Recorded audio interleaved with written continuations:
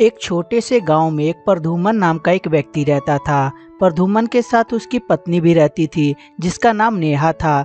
नेहा दिखने में बहुत ज्यादा खूबसूरत थी। एक दिन प्रद्युम्न नेहा को अपने पास बुलाता है और बुलाकर बोलता है, नेहा, मैं कंपनी के काम से कुछ दिन के लिए बाहर जा रहा हूँ, तो तुम अपना ध्यान रखना। आप अचानक से जाने का प्लानिंग कैसे बना लिया? अब क्या बताऊँ नेहा, अभी अभी बॉस का फोन आया था। उन्होंने बताया कि कुछ काम के लिए मुझे दिल्ली जाना होगा, तो तुम चिंता मत करो, तुम यहाँ आराम से रहना और अपना ख्याल रखना। मैं जल्द ही चला आऊंगा। अच्छा, एक बात पूरा ना माने तो मैं बोलूं, मैं क्या कुछ दिन के लिए अपने बहन को यहाँ बुला सकती हूँ? अरे पागल, इसमें बुरा क्या मानना है, तुम्हारी मर्जी। तुम्हारा भी तो बराबर का घर है, तुम अपने बहन को बुलाना चाहती हो तो बुला सकती हो, मेरे को कोई एतराज नहीं है। ठीक है जी, तो फिर जाइए, मुझे अभी अब कोई एतराज नहीं है, क्योंकि मेरे साथ मेरी बहन रहेगी तो मुझे भी कोई डर की बात नहीं रहेगी। वो जो भी मार्केट से लाना होगा मेरी बहन ही खरीद के ला दिया करेगी। ठीक है, तो फिर मैं चलता हूँ। और ये बोलकर प्रद्युम्न कंपनी के काम से बाहर चला जाता है। अब बेचारी नेहा घर पे अकेली रहती है। तभी थोड़ी देर बाद उसकी बहन भी चली आती है। बहन को देखकर नेहा बहुत ज्यादा खुश होती है और आपस में बातचीत करने लगते हैं। अरे पिंकी, तू इतनी दुबली पतली कैसे हो गई है?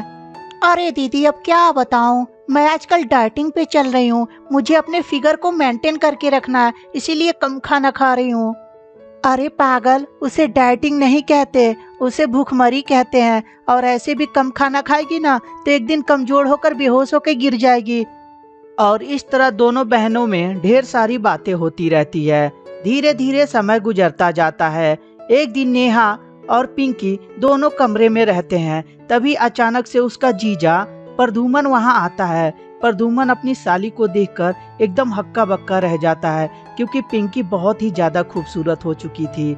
और वही देखते हुए प्रद्युम्न पिंकी के पास जाता है और जाकर बोलता है, ओ, तो आप ही हैं वो पिंकी, जो मेरी बीबी हमेशा आपकी तारीफ करती रहती है। आप भी न जीजा, ऐसी भी मेरे में खास क्या है जो मेरी दीदी तारीफ करेगी?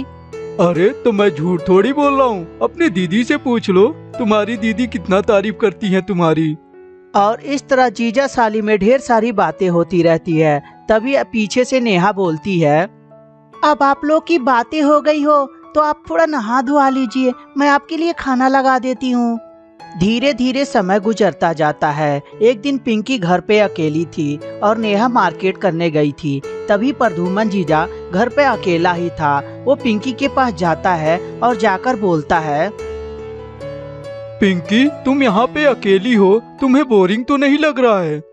अरे जीजा, कैसी बात कर रहे हैं, इसमें बोरिंग की क्या बात है, मैं तो अपने घर पे ही हूँ।